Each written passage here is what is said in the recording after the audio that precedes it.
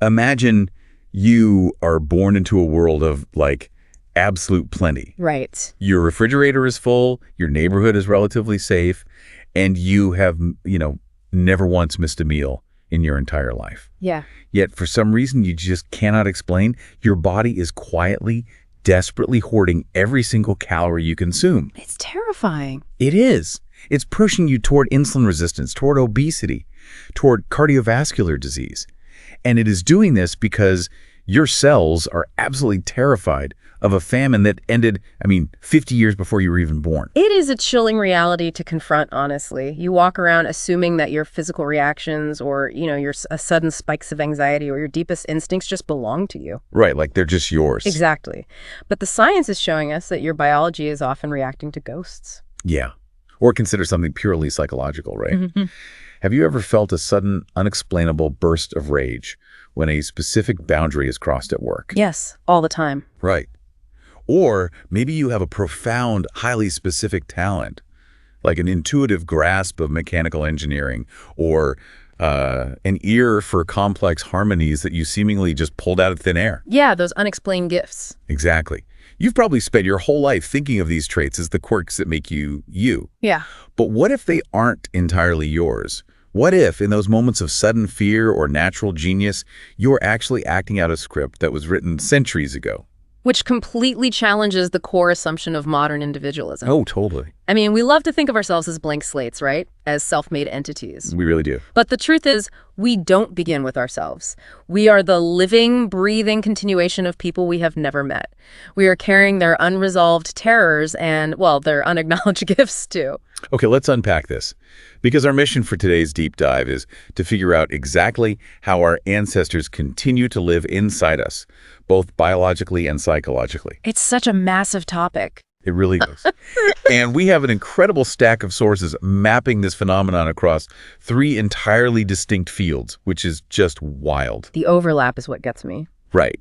So we're going to look at the hard biological science of epigenetics first. Yeah.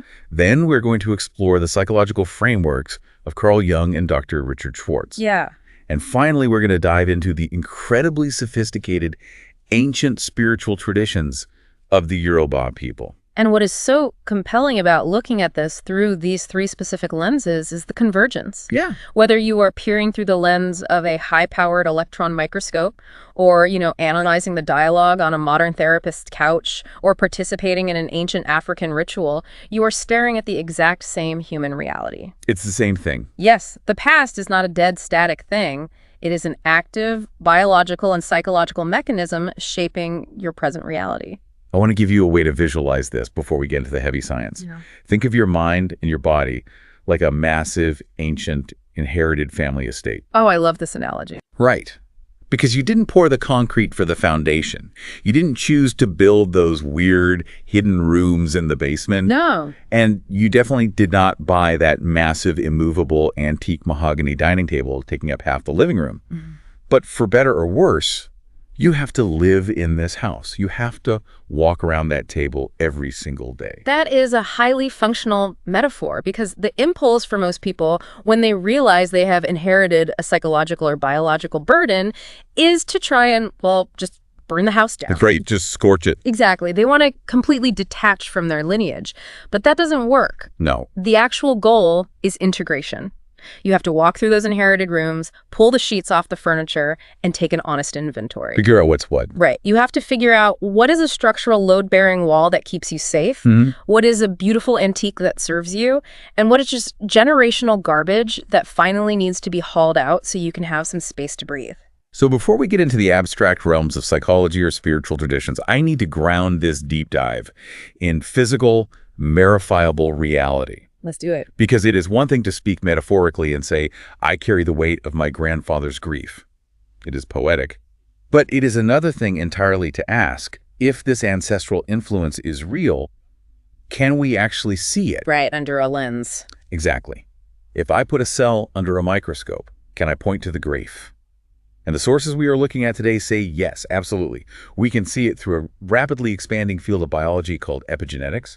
To really grasp the mechanics of epigenetics, we have to contrast it with classical genetics. Most of us learned about genetics in, high school biology. The Punnett squares and all that. Yeah, exactly. You have DNA, which is a double helix made up of a specific sequence of letters A, C, T, and G. Okay. Think of your DNA sequence as a massive inherited recipe book containing thousands of individual recipes or genes. Got it. These recipes hold the instructions for everything, like your eye color, your height, your immune system responses, your baseline serotonin levels. So it's the blueprint. Right. Yeah. And for a very long time, the scientific consensus was completely deterministic. You inherit the recipe book from your parents, and whatever is printed on the page is your unalterable fate. But epigenetics completely shatters that biological fatalism, right? Because epigenetics isn't about the sequence of the letters. Oh. It isn't about the recipes themselves. It is about the chef reading the book. Yeah. It is about which recipes actually get cooked. That is the crucial distinction. The prefix epi literally means on top of or above. Okay. Epigenetics is the study of the biological mechanisms that sit on top of your DNA. These mechanisms dictate how your genes are expressed. So they're like switches. Yes. And what researchers have discovered is that environmental factors, extreme stress, starvation, prolonged trauma, but also diet, exercise, and lifestyle can actually turn specific genes on or off without ever changing the underlying genetic code. Wait, I need you to explain the physical mechanism there. Because when you say turn a gene off, people imagine a literal light switch in the body. But what is physically happening at a microscopic level that stops a gene from being read? It's fascinating. The primary mechanism is a process called DNA methylation. Let's go back to your recipe book analogy. Okay, the big cookbook. Right. Imagine your DNA is this massive, heavy cookbook. DNA methylation is the equivalent of taking a piece of thick, black duct tape and slapping it directly over a specific recipe on page 402. Oh, wow. The recipe for, say, a healthy stress response is still printed on the page. The letters haven't changed. The gene isn't mutated. But you can't read it. Exactly. Because that chemical duct tape, a methyl group, which is just one carbon atom surrounded by 3 hydrogen atoms, is physically blocking the text so the cellular machinery cannot read it. The gene is effectively silenced. That makes so much sense. And conversely, other epigenetic tags can act like highlighters, forcing the cell to read a specific recipe over and over again, keeping a gene permanently turned on. Okay, so a traumatic environment slaps biological duct tape onto my DNA, altering how my body functions. That is wild on its own. It is. But here is the staggering part that the sources focus on. Those specific placements of duct tape, those chemical tags forged by your personal trauma or extreme stress, can be packaged into your reproductive cell. Yes, they travel. They can be passed down to your children and your grandchildren. This isn't just about how your environment affects your body. It's about how your environment dictates the biological starting line for your descendants. And one of the most undeniable, highly documented proofs of this in the source material is the Dutch hunger winter study. Yeah, this study is famous. It really is. We need to set the historical context to understand the biological outcome. It was the winter of 1944, toward the end of World War II. Things were grim. Very. The Allies were advancing, and in retaliation for a Dutch railway strike, the Nazis imposed a strict blockade on the Western Netherlands. They cut off all food and fuel shipments. It was a brutal, freezing winter. The canals froze over. Millions of people were plunged into a devastating famine. Exactly. People were surviving on maybe 500 to 1,000 calories a day. They were reduced to eating grass, boiling tulip bulbs, just to have something in their stomachs. That's horrifying. It is. Now, during this horrific period, there were thousands of women who were pregnant. Their bodies were enduring absolute starvation while simultaneously trying to construct a new human being. Which takes massive amounts of energy. Right. The famine finally ended in May of 1945 when the country was liberated and food supplies returned to normal. And for decades, doctors assumed that as long as the babies survived and got enough food after they were born, they would be fine. They thought the effects of the famine ended the day the food trucks arrived. But they were wrong. Decades later, epidemiologists tracked down the children who were in utero during that specific winter. The ones born just after the famine. Yes. These were people born into a post-war Europe that was rebuilding. They lived in an environment with plenty of food. They never experienced starvation themselves. Okay. But when researchers look at their health data, the findings were deeply alarming. The descendants of the Dutch hunger winter had significantly higher rates of type 2 diabetes, severe obesity, cardiovascular disease, and a shocking increase in mental health conditions like schizophrenia. Because their bodies were biologically preparing for a famine that wasn't happening. Their mother's starving cells had literally slapped epigenetic duct tape onto the fetus's DNA. Precisely. If we look at the evolutionary logic, it is actually a brilliant, albeit tragic, survival strategy. How so? Well, the mother's starving body sent chemical signals to the developing fetus, fundamentally altering its epigenetic markers, specifically on genes like IGF-2, which regulates growth and metabolism. Oh, wow. The mother's biology was essentially leaving a message for the child saying, "The world you are about to enter is barren and dangerous. Food is practically non-existent. I'm going to flip your genetic switches so that your metabolism slows down, your cells become resistant to insulin, and your body hoards every single microcalorie it can find just to keep you alive." It's a biological prophecy. Yeah. But the prophecy was wrong. Exactly. It was a mismatch. The babies were born with a metabolism optimized for a frozen, starving wasteland, but they grew up in a modern world with supermarkets and abundant calories. So it completely backfired. It did. That metabolic hoarding mechanism, which would have saved their lives in 1944, manifested as severe obesity and diabetes in 1980. The mother's trauma became the child's biology. And it is not just extreme physical deprivation like starvation. The sources dive into how intense psychological trauma alters the epigenetic landscape just as powerfully. Yes, psychological trauma is a massive factor. There is a fascinating yet heartbreaking study mentioned in our sources regarding the September 11th attacks in New York. Researchers looked at women who were pregnant and present in or near the World Trade Center during the attacks. What the researchers focused on there was cortisol. Cortisol is the body's primary stress hormone. Right, the panic chemical. Exactly. When you are terrified, your adrenal glands flood your system with cortisol to trigger the fight or flight response. The pregnant women who survived 9/11 understandably developed severe PTSD, and their bodies were caught in a loop of producing massive disrupted levels of cortisol. And when they tested the babies after they were born, the infants had the exact same disrupted cortisol profiles as their mothers. Yes, the exact same. The mother's acute psychological terror had crossed the placenta and permanently calibrated the baseline of the baby's nervous systems. Those children were born with biological alarms already blaring. And if that isn't profound enough, the sources take us even further down the rabbit hole of biological inheritance with research on Holocaust survivors. Yeah, this part blew my mind. This is where we move beyond the mother-fetus connection and into the realm of true intergenerational transmission. Dr. Rachel Yehuda and her team studied the epigenetic markers of Holocaust survivors and then looked at the markers of their adult children. They found the exact same epigenetic tags on a gene associated with the regulation of stress hormones. The children of Holocaust survivors had inherited a biologically altered vulnerability to stress. But wait, let me stop you right there. I want to make sure I'm grasping the timeline of this. In the Dutch hunger winter, the 9/11 studies, the mothers were already pregnant. The fetus was literally present for the trauma. Right.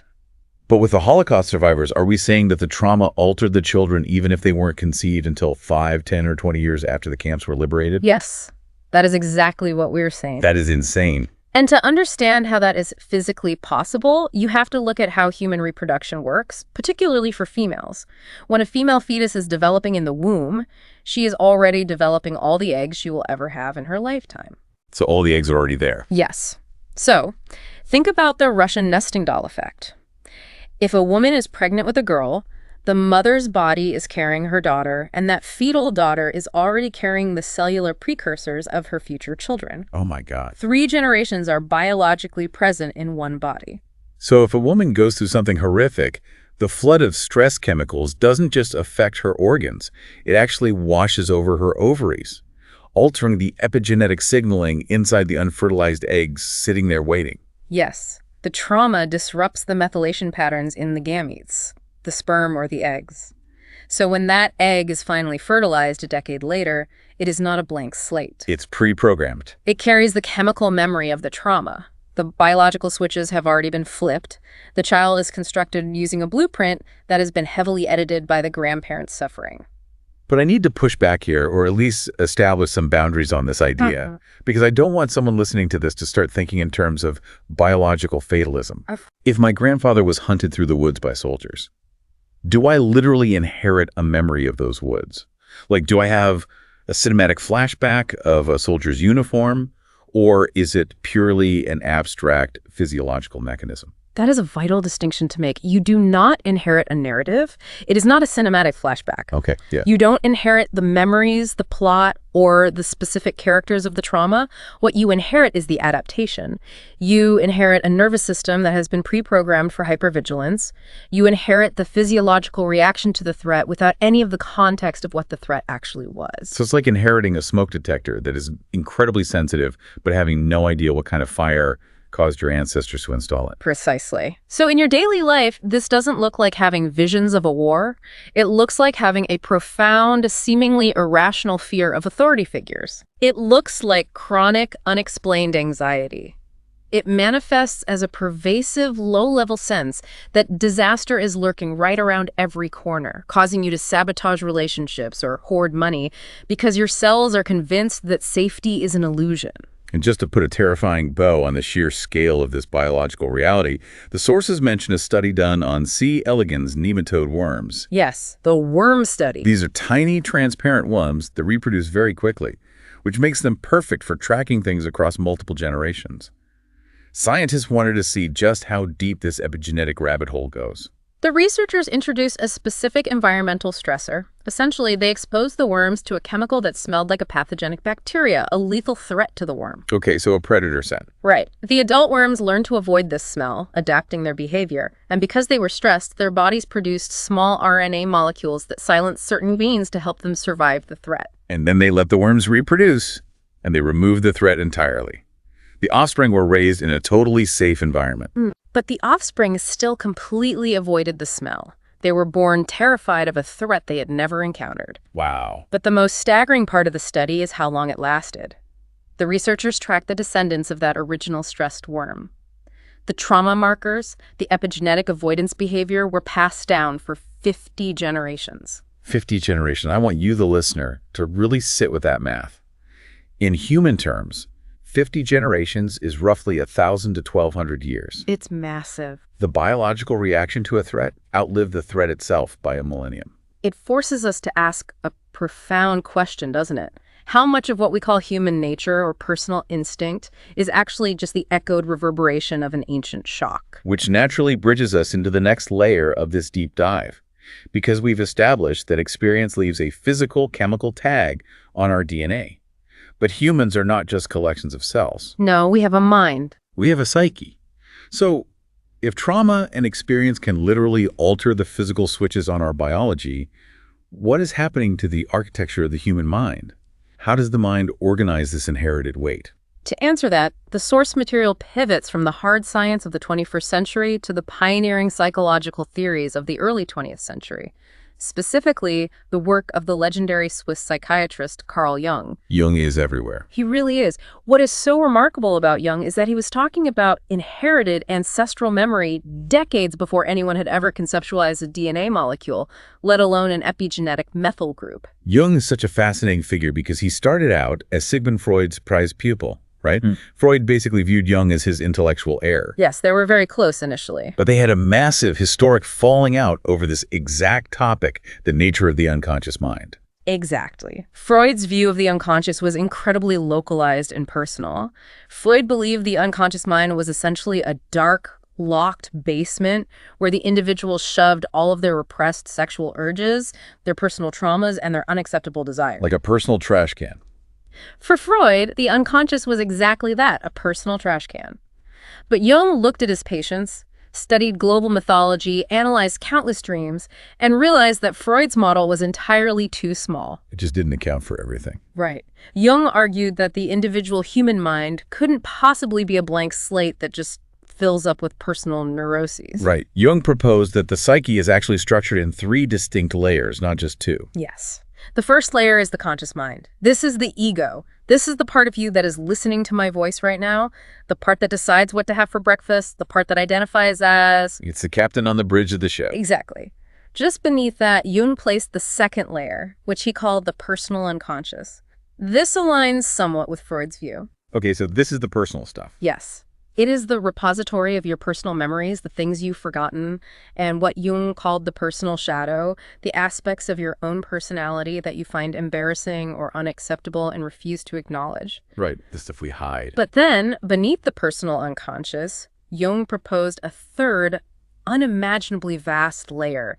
He called it the collective unconscious. Collective unconscious. This is the concept that changed everything. It really did. Jung theorized that beneath our personal, localized experiences, there is a shared, universal foundation of the human psyche. Okay. The collective unconscious does not contain personal memories. It contains the accumulated experiences, the psychological patterns, and the instinctual dispositions formed through countless generations of human and pre-human existence. Wow. It is literally the psychic life of our ancestors residing within us. Okay, let me try out an analogy here to make sure I am visualizing this correctly. Is the collective unconscious essentially like the base operating system, like iOS on an iPhone or Windows on a PC, that every single human being comes pre-installed with? That is a phenomenal analogy. Yes, and our personal daily life experiences, our childhood, our jobs, our conscious decisions are just the individual apps we download on top of that shared operating system. Exactly. You arrive in the world with a psychological operating system that has been coded and refined by the millions of human beings who struggled, suffered, and triumphed before you. So we aren't starting from scratch. You do not have to learn how to be human from scratch. And the code that makes up this operating system consists of what Jung called archetypes. Archetypes. We need to spend some time defining this because people use the word archetype all the time in pop culture, usually just to mean a cliche or a trope like the high school jock archetype. Right, the Hollywood version. But Jung meant something far deeper and more biological than that. Far deeper. For Jung, archetypes are universal, primordial patterns or symbols. They are the structural building blocks of the psyche. Okay. Think about your physical body. You didn't invent the concept of a liver or lungs or a heart. Your body is built according to an ancient, inherited blueprint. Jung argued that the mind operates the same way. It has organs too. Yes, you don't invent the concept of the mother or the hero or the trickster or the wise old man. These are psychic organs. They are inherited patterns of perceiving and reacting to the world that exist deep in the collective unconscious. So they aren't specific people, they're forms. They are empty molds waiting to be filled by our personal experiences. Precisely. You are born with the innate archetypal expectation of a mother.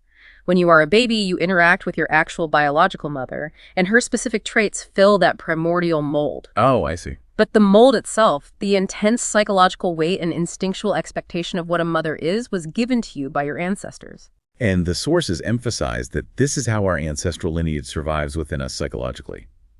If we map this onto what we just learned about epigenetics, it makes perfect sense. It aligns perfectly. We don't inherit our great-grandfather's specific memory of losing his farm in a drought, but we inherit the archetypal patterns that his trauma reinforced. For example, if your lineage survived immense persecution by staying invisible and lying to authorities, you might inherit a massively overdeveloped trickster or shadow archetype. And that archetype will demand expression. You might find yourself in a modern corporate job feeling slightly threatened by a manager, and suddenly you are engaging in incredibly secretive, manipulative behavior. Just lying for no reason. Right. You might think you're making a conscious, strategic choice to lie your way out of a problem. But Jung would argue that your ego has been hijacked. You are being directed by an ancient psychological pattern that kept your ancestors alive. Which brings up one of Jung's most famous warnings. Yeah. He said, until you make the unconscious conscious, it will direct your life and you will call it fate. That is the ultimate danger of ignoring the ancestral weight in your mind. If you don't realize you are operating on inherited software, you will think your repetitive, destructive patterns are just fate. You'll just think it's bad luck. Exactly. Yeah. You will wonder why you always sabotage your relationships right when they get intimate. You will wonder why you have a compulsion to hoard resources. You think it's just how you are, but it's not. It's the software. It is the ancestors, living as psychological patterns in the collective unconscious, pulling the strings from the dark. One of the concepts from the Jungian sources that absolutely fascinated me is this idea of the mana personality. Because we were talking about these archetypes as internal, invisible things.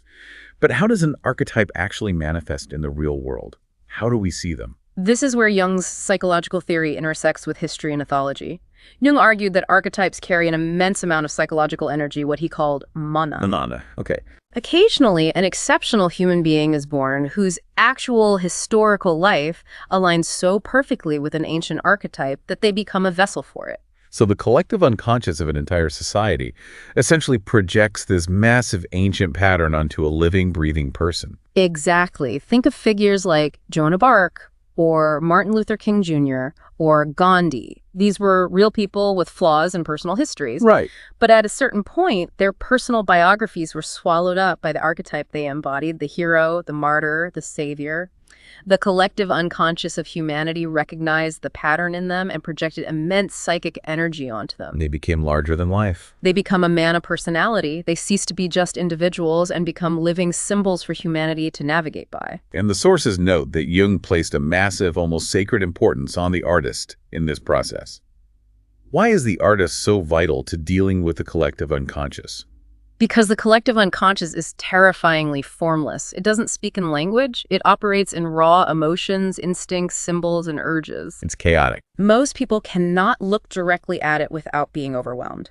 The artist is the translator. The true artist has the rare, dangerous ability to dip their conscious mind down into that dark ancestral water, grab hold of a primordial archetype, and pull it up to the surface. And they give it a form we can actually digest. Yes. A great painting, a transcendent piece of music, or a legendary film doesn't just communicate the artist's personal, conscious feelings. It gives visible, auditory form to an ancient archetype. That's beautiful. The artist pulls the formless terror or beauty of the ancestors into light, giving the rest of humanity the symbols we desperately need to process our own internal depths. Okay, so we have built a massive framework here. We've established that ancestral trauma and experience live in the physical, biological switches of our epigenetics. And we've established that they live in the deep shared operating system of our collective unconscious via archetypes. But I want to bring this out of the realm of theory. How does this actually play out when you are sitting on a couch in a modern therapist's office today? How do we interact with these inherited patterns on a Tuesday afternoon? To answer that, the source material turns to the incredibly groundbreaking work of Dr. Richard Schwartz. Dr. Schwartz is the creator of a highly respected, evidence-based clinical therapeutic model called Internal Family Systems, or IFS. IFS, yeah. What makes IFS so crucial to this deep dive is how seamlessly it aligns with both the hard science of epigenetics and the deep psychology of Jung, even though Schwartz developed it entirely independently through clinical observation. Yeah, the origins of IFS are fascinating. The sources detail how Schwartz didn't start out trying to prove Jung right.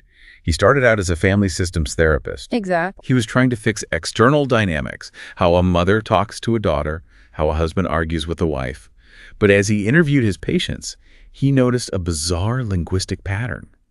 They all spoke about their own individual minds, as if they contained multiple different people. Right. A patient wouldn't just say, "I am conflicted." They would say, "A part of me really wants to leave my abusive marriage, but another part of me is terrified of being alone, and yet another part of me is furious at the part that is afraid." And instead of treating that as a sign of pathology or multiple personality disorder, Schwartz did something revolutionary. He leaned into it. He did. Schwartz realized that the human personality is not a single unified monolith. The mind is naturally multiple. We are a crowd. We all have an internal ecosystem made up of different subpersonalities, which he simply called parts. And through his clinical work, he categorized these parts into two primary groups: exile and protectors. Let's break those down. What is an exile? Exiles are the parts of our psyche that hold our pain, our trauma, our shame, and our deepest vulnerabilities. They are usually frozen in the past, often in childhood, holding the emotional memory of being hurt or abandoned. Oh, that makes sense. Because the pain carried by these exiles is so intense and destabilizing, the mind attempts to lock them away in the basement. Which brings us to the protectors. Exactly. Protectors are the parts of your personality entirely dedicated to keeping the exiles locked away and safe from further harm.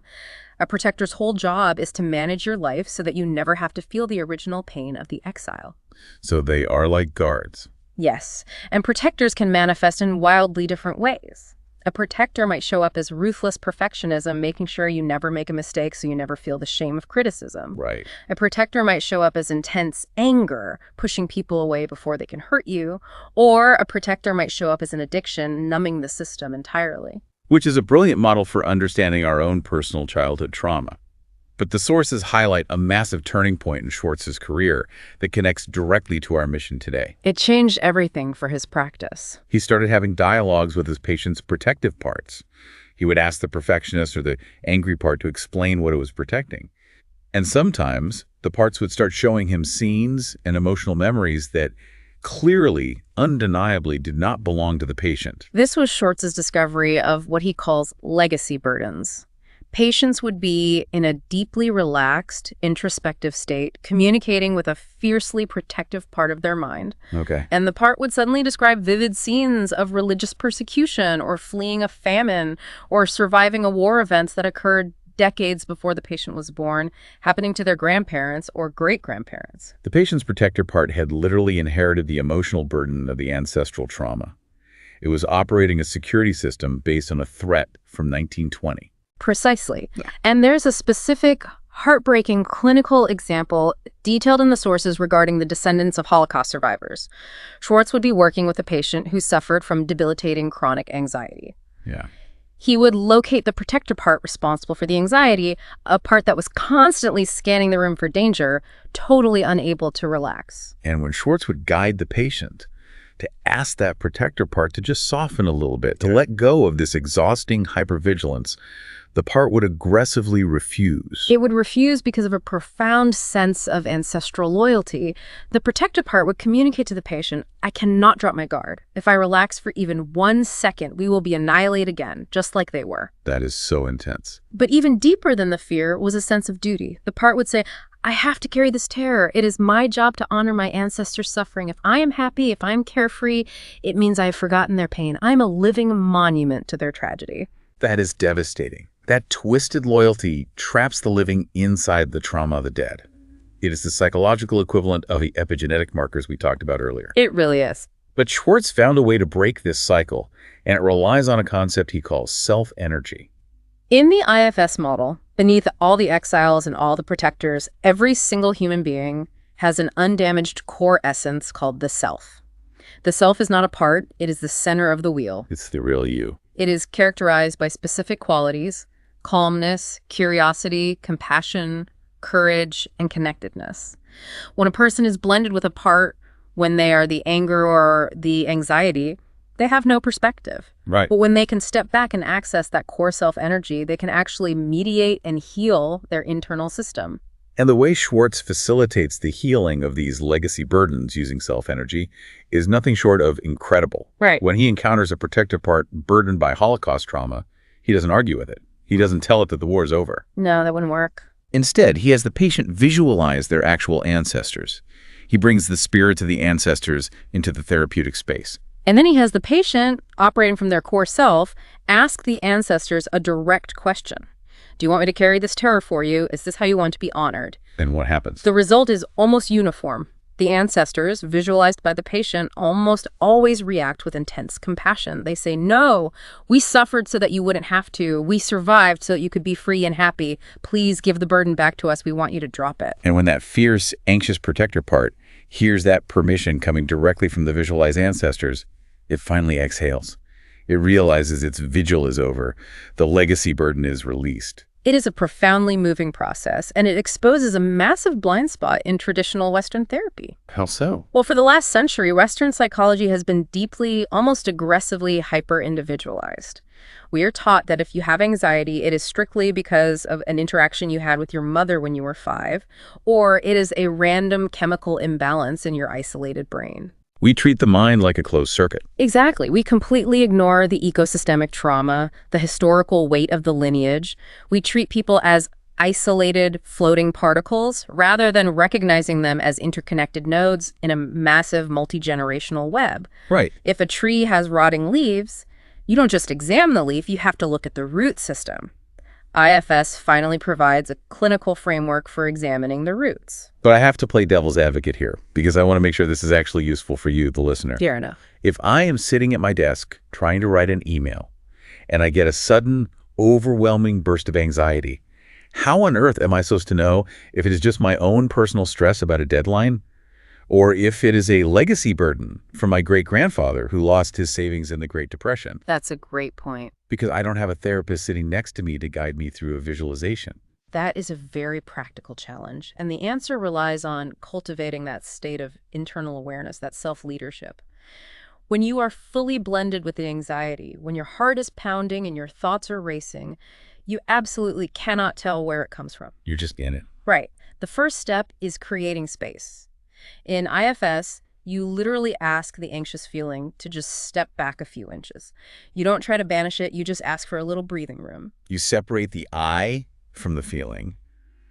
I am noticing a part of me feels anxious instead of I am anxious. Precisely. Right. Once there is a little space, you approach that anxious part with genuine curiosity, not judgment. You don't yell at it for interrupting your workday. Right, no getting mad at yourself. You ask it gently, where did you learn to be this afraid? And if you listen with enough internal stillness, the part will often communicate its origin. It might show you a memory of being embarrassed in 3rd grade. But sometimes it will communicate a profound sense of antiquity. It might convey, I don't know where it started, I just know our family has always been terrified. The origin reveals itself when the internal system feels safe enough and curious enough to share it. Okay, so we've got the biological mechanisms of epigenetics, and we've got the clinical vocabulary of young and internal family systems. But here is where it gets really interesting. Yes, the convergence. Because the sources reveal a phenomenal truth. While Western science and psychology are just now in the last few decades finding the vocabulary for all of this, African spiritual systems mapped this exact psychological and biological territory centuries ago. Yes, and this brings us to the profound ancient wisdom of the Yoruba tradition. The Yoruba people, historically based in West Africa, developed a cosmological and psychological framework that not only perfectly mirrors the concepts of epigenetics and Jungian psychology, but in many ways it exceeds them in its practical application. Let's start by unpacking how the Yoruba conceptualize the ancestors, because it directly maps onto what we've been discussing. The tradition utilizes two very specific terms that are crucial here, Egún and Egungun. The distinction between those two words holds the key to their psychology. Egún is the singular form. The direct translation is bones. Bones, okay. It represents the literal, physical, tangible link to a specific departed ancestor. It is the genealogical fact of your lineage. But the plural form is where it gets fascinating. Egungun. Yes, Egúngún is the plural, and its translation is deeply revealing. It means powers concealed. Powers concealed. That is literally the exact definition of an epigenetic methyl group. It is a hidden power dictating behavior. It's the exact definition of a Jungian archetype lurking in the unconscious mind. Exactly. In traditional Yoruba religious practice, Egungun is most famously known to outsiders as the masquerade. It's a masquerade, right? This is a powerful ritual where the ancestors physically return to the community through initiates wearing elaborate, layered cloth costumes that completely conceal the human form. There is intense drumming, dancing, and communal interaction. On a sociological level, it is a celebration and a method of seeking guidance from the dead. But the sources urge us to look at this through a psychological lens. The masquerade is an outward physical expression of an inward psychological reality. Psychologically, Egúngún is the exact same thing as Jung's collective ancestral unconscious. It is the inner house of the lineage.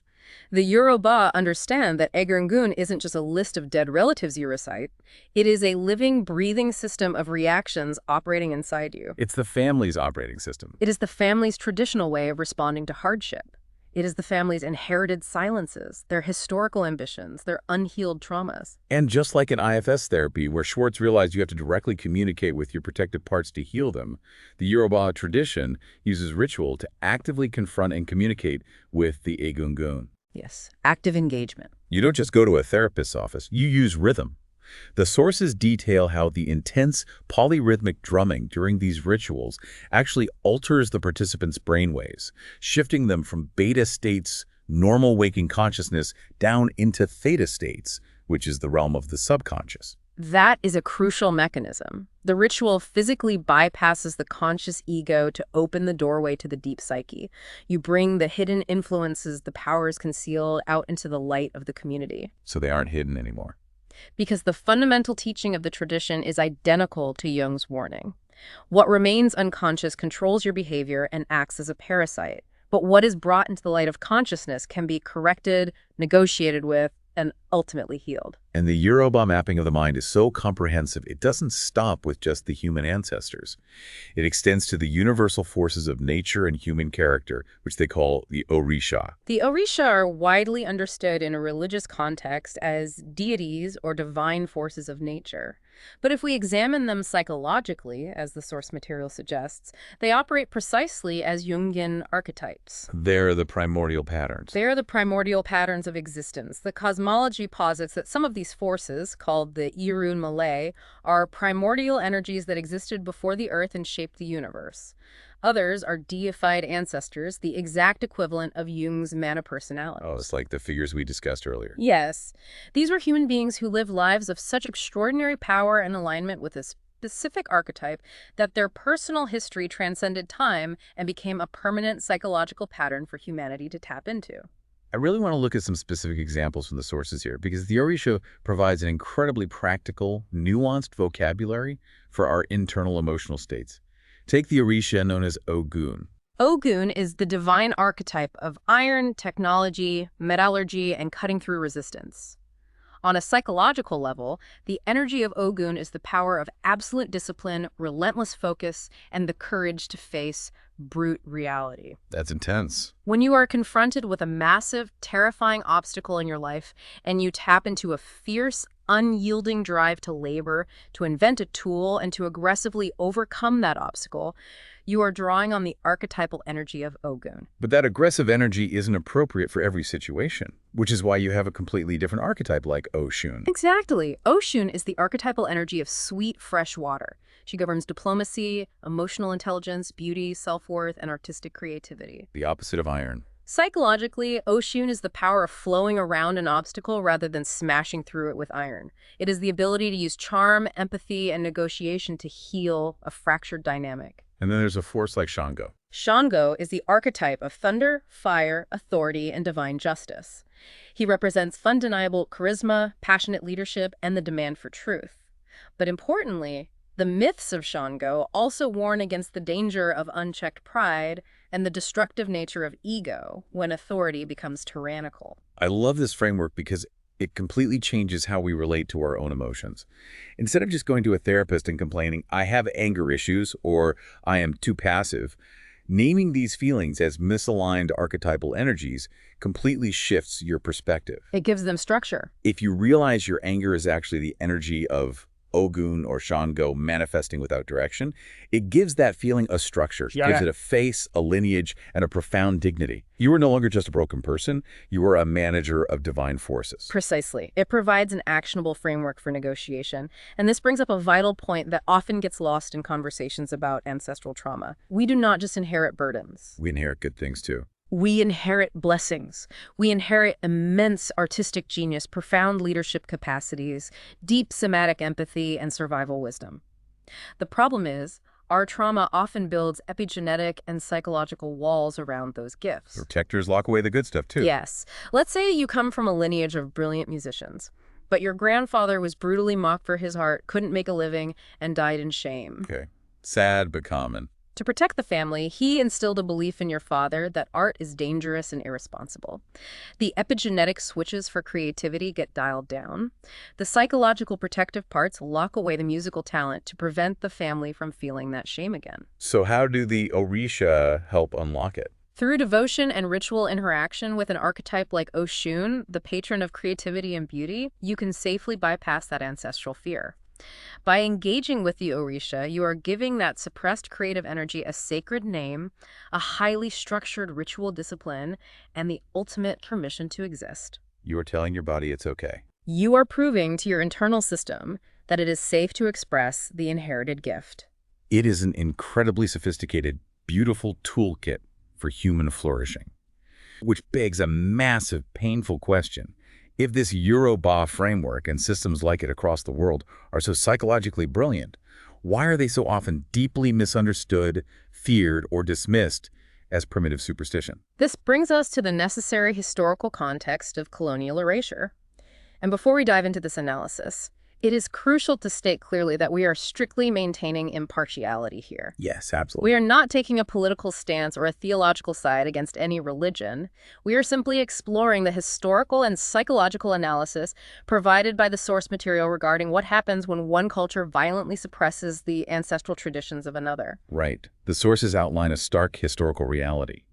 During the centuries of the transatlantic slave trade, European colonialism, and widespread missionary activity across Africa and the Americas, these indigenous ancestral traditions were systematically targeted. They were demonized. The practices of honoring Egúngún, or utilizing the psychological archetypes of the Orisha, were violently disrupted.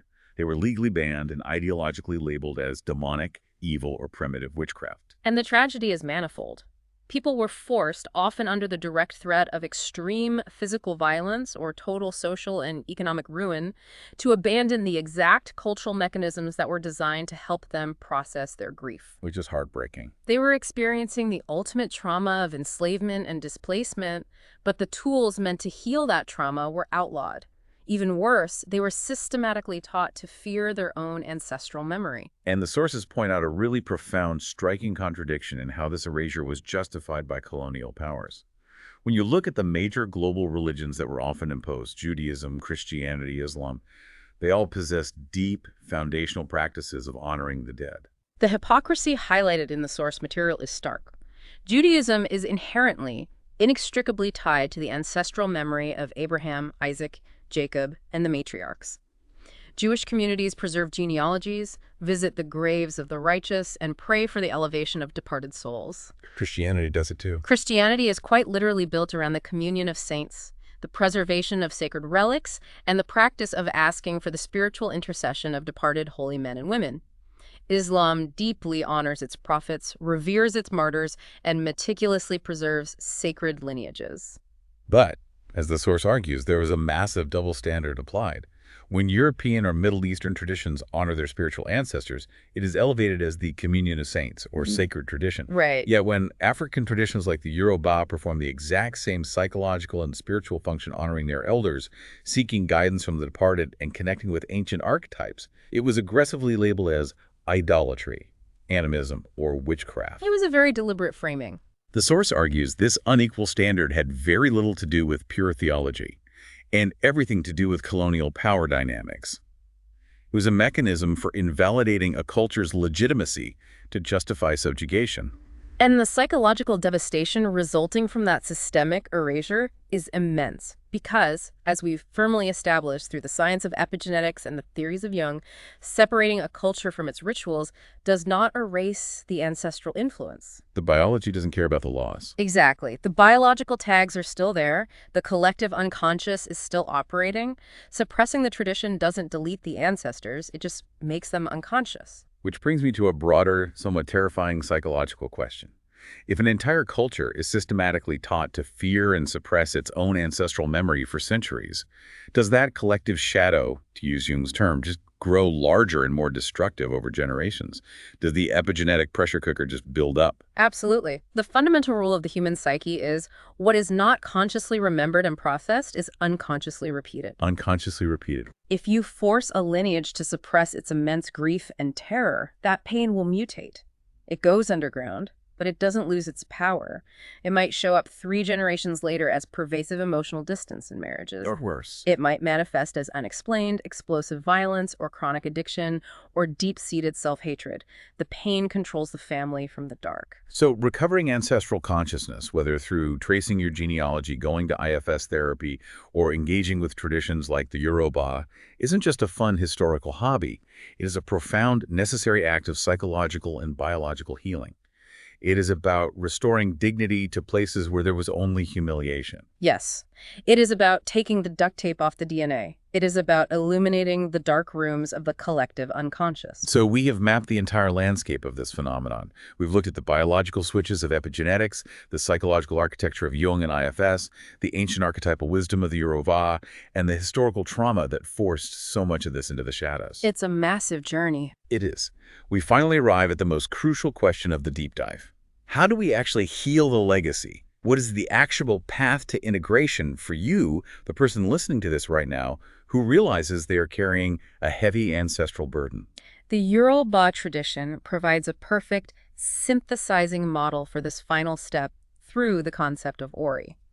Ori translates literally to the physical head, but spiritually and psychologically, it means the conscious self, the ego, your personal center of destiny. Ori is the inner throne. He's Yeah. the captain of the ship we talked about earlier. Exactly. And this is vital. The goal of the Yoruba spiritual system is absolutely not to be mindlessly possessed and controlled by the energies of the Orisha or the demands of Egungun. The ultimate goal is for your Ori to be strong, clear, and sovereign enough to receive and regulate those massive ancestral powers. Because a weak Ori gets destroyed by the power it summons. Precisely. If you have a weak, uncultivated Ori and you tap into the aggressive energy of Ogun, your courage will mutate into reckless, destructive violence. If you tap into the loving energy of Oshun with a weak Ori, your desire for connection will mutate into toxic obsession and vanity.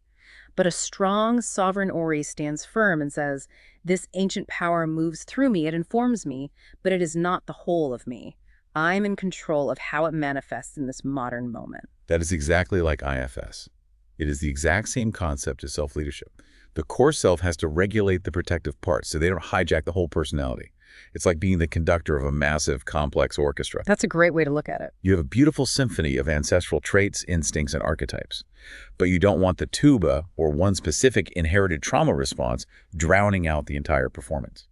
The Ori, or the self, has to stand at the podium and direct the music, telling the anxiety to quiet down and the creativity to play louder. And the most beautiful part of this entire deep dive is that modern biology backs up this hope. Epigenetics is inherently dynamic. It is not a life sentence. Yes, trauma adds methylation tags to your DNA. But extensive research shows that neuroplasticity, psychological flexibility, nervous system regulation, a healthy environment, and deep therapeutic work can actually reverse DNA methylation. We can take the biological duct tape off. Yes. We have the biological ability to turn the trauma genes back off and turn the thriving genes back on. To achieve that kind of profound shift, the Yoruba utilize the concept and ritual of Ebo. Now, Ebo is often translated into English simply as sacrifice, which carries a lot of misunderstood baggage. The sources clarify that Ebo is not about bribing a spirit or buying a blessing with an offering. No, Ebo is fundamentally about restoring the circulation of Ashe. Ashe is the foundational power of existence, the vital life force that animates the universe. Great, the life force. When severe trauma occurs in a family line, the natural flow of Ashe gets blocked. Stagnation occurs. Ebo's sacrifice is an act of humility and realignment designed to reopen the channel. And the sources are clear that while Ebo might involve a physical offering in a ritual context, on a psychological level, it fundamentally requires moral correction. You cannot heal an ancestral pattern just by lighting a candle. Right. You might have to sacrifice your own pride. You might have to sacrifice the family's addiction to secrecy or your comfortable resentment. Because true ancestral work is not about blind obedience to the dead. The ancestors were human, they made terrible mistakes, they were limited by their eras. The goal is to evolve the lineage, not just repeat it. And the sources synthesize this into 4 actionable steps to truly correct an inherited pattern. Let's walk through those 4 steps. First is naming it. You cannot heal a family secret or a biological trauma that you refuse to acknowledge. You have to look at the pattern objectively and name it for what it is. Which is hard enough on its own. It is. Second is understanding its original survival function. Why did your grandmother become so fiercely emotionally detached? What horrific reality was she surviving that made detachment necessary? You replace judgment with context. Exactly. Third is acknowledging the pain beneath it. You have to feel the grief of how that survival mechanism, while necessary then, damaged the family over time. And fourth, the most crucial step, embodying new behavior. This is where the biological shift actually happens, right? Yes. If your lineage survived by constantly hiding the truth, you only heal the epigenetic and psychological wound when you actively, repeatedly practice speaking the truth responsibly in your daily life. You have to physiologically embody the new pattern to rewrite the biological switch. You have to prove to yourselves that the environment has changed. So what does this all mean? It means we are not just isolated individuals floating randomly through life, disconnected from the past. We are the active, living bridge between the history of humanity and its future. The bridge, exactly. By facing our collective shadow, by actively managing our epigenetics through intentional healing, and by strengthening our conscious Ori, we aren't just fixing our own little lives. We were literally reaching back in time to heal the past, and we are rewriting the biological and psychological starting line for the future. Which leaves us with a final, lingering thought to consider. We know from the laboratory that a biological trauma response induced in a nematode worm can be passed down for 50 generations. 50 generations. Your biology, your psychology, and your deep ancestral timeline are intricately, undeniably intertwined. So if your actions, your healing, and your choices today have the power to physically and psychologically rewrite the legacy for the next 1,000 years, what seemingly insignificant everyday choice are you making right now? That will become the ancient, unexplained instinct of your descendant 500 years in the future. The house you're living in was built by your ancestors. But the additions you choose to build today, someone else is going to have to live in them tomorrow. Make sure they are rooms filled with light. Thank you so much for joining us on this deep dive. Take care of yourselves and take care of your lineage.